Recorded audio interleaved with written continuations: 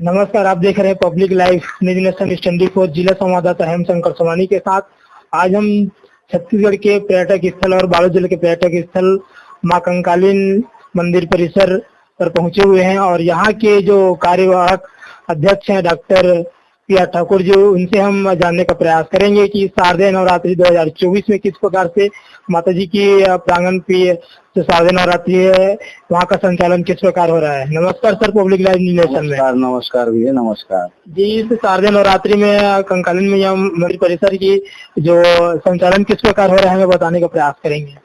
अब संचालन ये है कि कुंवार नवरात्रि प्रति वर्ष जो चलता है जी, वैसा टाइप का हमारा संचालन चल रहा है, पर ये कुंवार नवरात्रि हमारे लिए बहुत ही एक महत्वपूर्ण पर्व है जी, क्योंकि इसमें हमारे माता के देवी दशहरा होता है जी, और वही देवी दशहरा जैसा ही पितृपक्ष समाप्त होता है उसके बाद जो मंगलवार पड़ता है ना जी, उसमें इसका देवी दशहरा हो जाता है। जी, और इस वर्ष इसका दशहरा नवरात्र के छठ को पड़ रहा है जी, 8 तारीख को। जी, और अगले समय में तो जैसा पितृपक्ष जैसा ही खत्म हुआ और मंगलवार पड़ा तो नवरात्रि भी नहीं लगा था और इसका दशहरा हो जाता था। जी, इस बार छठ में पड़ रहा है और उसका हम लोग तैयारी कर रहे हैं जी, क्योंकि मेन इस पर्व का कुंवार नवरात्रि में दशहरा ही मेन हमारा ये रहता है जी, क्योंकि इसमें तीनों जिला जैसा कि अपना कांकेर जिला है, जी, इधर धमतरी जिला है, इधर अपना बालोद जिला है, तीनों जिला का संगम यहाँ भव्य मेला लगता है जी, जो 52 गांव के अपन देवी देवता आते हैं यहाँ जी, और माता के दशहरा में शामिल होते हैं सब और माता के साथ में मिल करके एक रैनी पेड़ में जी, रैनी पूजा करने जाते हैं जिसको हम लोग रैनी मारते हैं। जी, यहाँ का परंपरा है कि यहाँ रावण नहीं मारते हैं, जी, केवल रैनी मारते हैं दशहरा में जी, और उसको सीधा वही परंपरा चलाते आ रहे हैं, जी, है ना। और रैनी शारदीय नवरात्रि में माता जी के प्रांगण पर कितने ज्योति कलश की स्थापना की गई है। अभी माता जी के प्रांगण में कुंवार नवरात्रि में 412 ज्योति कलश है जो श्रद्धालुओं का जो अभी जल रहा है, जी, है ना। और उस जो तो जिस अपने माता से भक्त है, माता से प्रेम है, उन लोग अपना पूरा मनोकामना पूर्ण हुआ है तो वो लोग श्रद्धा से अपना जोत जला रहे हैं। जी। इस शारदीय नवरात्रि में माता जी के प्रांगण पर किस प्रकार से माता जी की सेवा अर्चना यहाँ पर हो रही है। यहाँ शारदीय नवरात्रि में माता जी का सेवा पूजा जैसा चलता है पूर्व में पूर्वजों ने जो करते आए हैं उस हिसाब से हम वही परंपरागत इसका सेवा पूजा होता है क्योंकि इसका हमारा परंपरागत चलते आ रहे हैं पुजेरी भगत का वही लोग इनको सेवा पूजा करते हैं सुबह शाम क्योंकि यहाँ आदिवासी के रूप में एक देवी देवता के ही रूप में सेवा पूजा होता है। ब्राह्मणों द्वारा ऐसा पूजा पाठ नहीं होता, ब्राह्मणों द्वारा केवल हम लोग जो ज्योति कलश जल रहा है ना अब वो सभी जातियों का है, जनोजात का है, तो उसको हम लोग ब्राह्मण द्वारा पूजा पाठ करवा के ज्योति कलश को शुभारंभ दीप प्रज्वलित करते हैं। बाकी सेवा पूजा तो हमारे पुजेरी भगत है, सिरहा भगत है, उनके द्वारा ही माता का सेवा पूजा 9 दिन तक चलता है। जी। इस कंकालीन मैया मंदिर का जो रहस्य है वो हमें अपने चैनल में बताने का प्रयास करेंगे। ये हमारा कंकालीन मैया मंदिर का एक महत्वपूर्ण रहस्य है। ये बहुत आदिकाल का मंदिर है, कई 100 साल पहले का है मंदिर है और ये पूर्वजों ने बताया है कि ये माता हमारा एक बहुत बड़े एक पत्थर तोड़ एक देवी है ना। ये बताते हैं पूर्वजों ने कहा कि एक चिराम नाम के व्यक्ति जो कंकालीन का था और वो व्यक्ति यही महुआ बीनकर सुखाता था, एक पथरीली था उसमें महुआ को सुखाता था, रोज सुखाते थे, जितना महुआ बीनता था उसको वहीं लान के सुखा देते थे। अब वो देखता था कि आते हैं तो उसका महुआ कम हो जाता था। 2-3 दिन के बाद देखा अरे मेरे महुआ को कौन चोरी करके ले जाता है, जो महुआ कम हो गया। ऐसा सोच करके विचार करके 2-3 दिन तक देखा, उसके बाद में अपने भाषा में कुछ गाली गलौज किया, अरे ये तो गलत हो रहा है, ये मेरा महुआ को कौन चोरी करके ले जाता है। ऐसा करके ऐसा गाली गलौज दे रहा था, बस उसी समय एक धरती से पत्थर तोड़ करके लकलकाते हुए आग के ज्वाला तरह निकला और उन्होंने देखा कि एकदम से देखते ही मूर्छित पड़ा था। अब वो मूर्छित अवस्था में पड़ा था उधर उसकी पत्नी ने उसके लिए खाना पहुंचाने आया जी। अब वो देखा कि ये मूर्छित अवस्था में पड़ा है जी।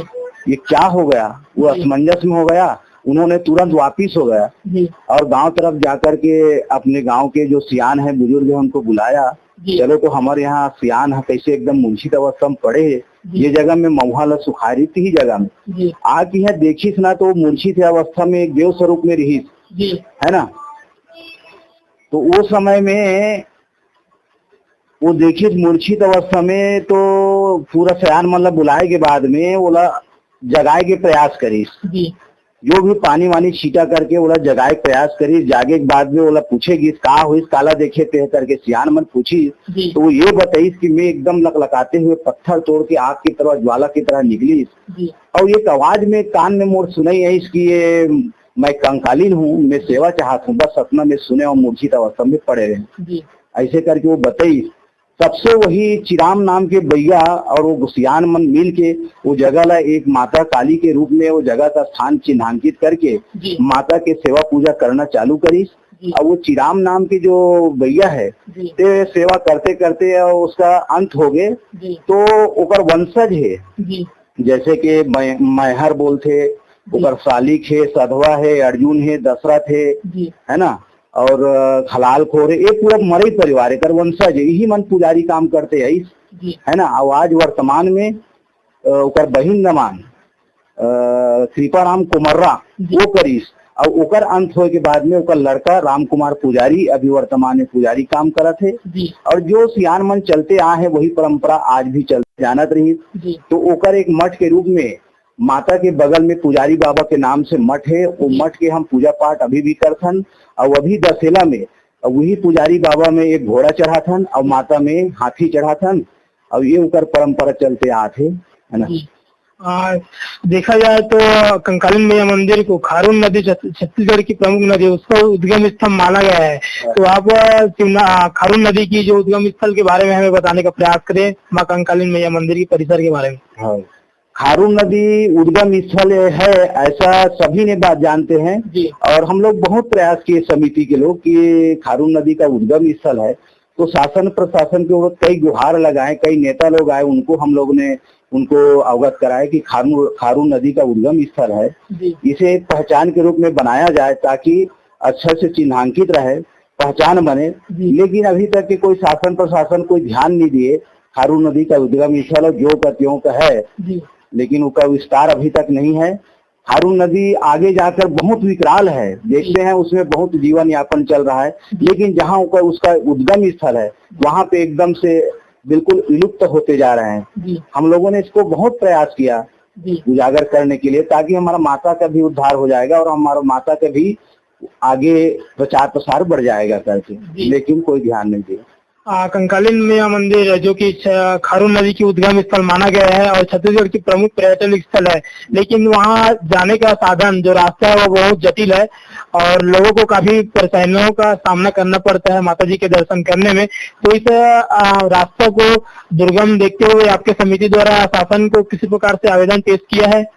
कई बार प्रयास किया है, आवेदन कई बार बनाए, कई बार हम शासन प्रशासन को इसके अवगत कराए रोड के बारे में, लेकिन वो रोड बनना चाहा, जैसा ही नाप जोक चल रहा है, नाप चल रहा है कुछ दिनों के बाद बंद हो जाता है। कैसा बंद हो जाता है ऐसा करके हम लोगों ने पता किया तो पता चलता है कि फॉरेस्ट वाले लोग इसको ब्रेक किए हैं।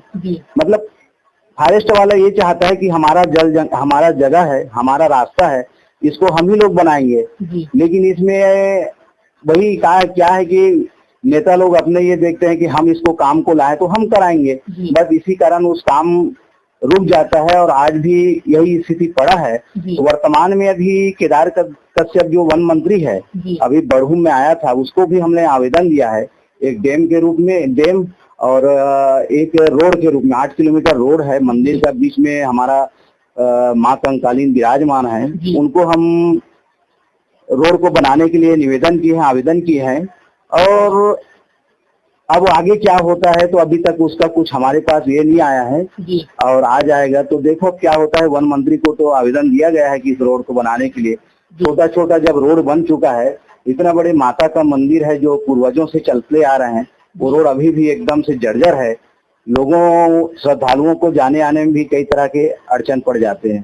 फिर भी अभी तक के कोई सुधार भी ये नहीं हुआ है। आगे क्या होता है तो देखो अब वन मंत्री बताएंगे। आपके जो कार्यवाहक समिति है माँ कंकालीन मैया मंदिर समिति, उसमें कितने सदस्य अभी कार्यरत है जो इस शारदीय नवरात्रि को कार्यक्रम को सफल बनाने में सहयोग प्रदान कर रहे हैं?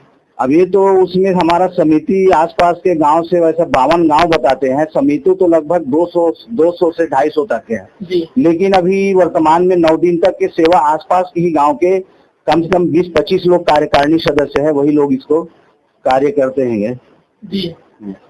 तो बहुत बहुत धन्यवाद आदरणीय डॉक्टर महोदय जी। ये थे कंकालीन मैया मंदिर परिसर जो छत्तीसगढ़ के प्रमुख पर्यटन स्थल है और खारून नदी के उद्गम स्थल माना गया है। उनके कार्यवाहक अध्यक्ष हैं अभी वर्तमान में। इन्होंने अपने कंकालीन मैया मंदिर जो शारदीय नवरात्रि है उनके बारे में जानकारी प्रदान किया है कि 412 ज्योति कलश की स्थापना इस शारदीय नवरात्रि में किया गया है और यहाँ पर दिन प्रतिदिन जस सेवा माता जी की सेवा यहाँ पर संचालित होती है। साथ में ये भी बताया कि जो खारून नदी छत्तीसगढ़ की नदी है उनका उद्गम स्थल माना गया है, लेकिन शासन प्रशासन द्वारा किसी प्रकार का उनका जगह को चिन्हांकित नहीं किया गया है और इस तरह से यह जगह विलुप्त की स्थिति में आ गई है। तो इन्होंने अपने बातों में रखा है कि शासन प्रशासन हमारे जो कंकालीन मैया मंदिर छत्तीसगढ़ की पर्यटक स्थल माना गया है उस ओर ध्यान आकर्षित करे और इसको विकासशील बनाने में हमारा सहयोग प्रदान करे। साथ ही इन्होंने ये भी कहा है कि माता जी की पहुंच मार्ग है वो काफी जटिल और दुर्गम है, जिससे लोगों को यहाँ पर आने के लिए बहुत असुविधा का सामना करना पड़ता है। तो शासन से इन्होंने ये भी अपने कई बार आवेदन पेश भी किया है कि रोड मैप को बनाने में, लेकिन अभी तक शासन से इनको कोई मदद नहीं मिली है। और इन्होंने मंदिर जो कंकालीन मैया मंदिर का रहस्य भी बताया कि यह मंदिर लगभग 800 वर्ष पुरानी है, जो बहुत प्राचीनतम मंदिर है और आसपास के 52 गांवों का गद्द भी माना जाता है इस कंकालीन मैया मंदिर को कि जब भी कोई कार्यक्रम होता है गांव में तो यहाँ से आदेश जब पारित होता है तभी आसपास के गांव में कार्यक्रम संचालित होता है। तो बने रहिए पब्लिक लाइफ न्यूज़ नेशन 24 जिला संवाददाता हम शंकर सोनारी के साथ। Thank you.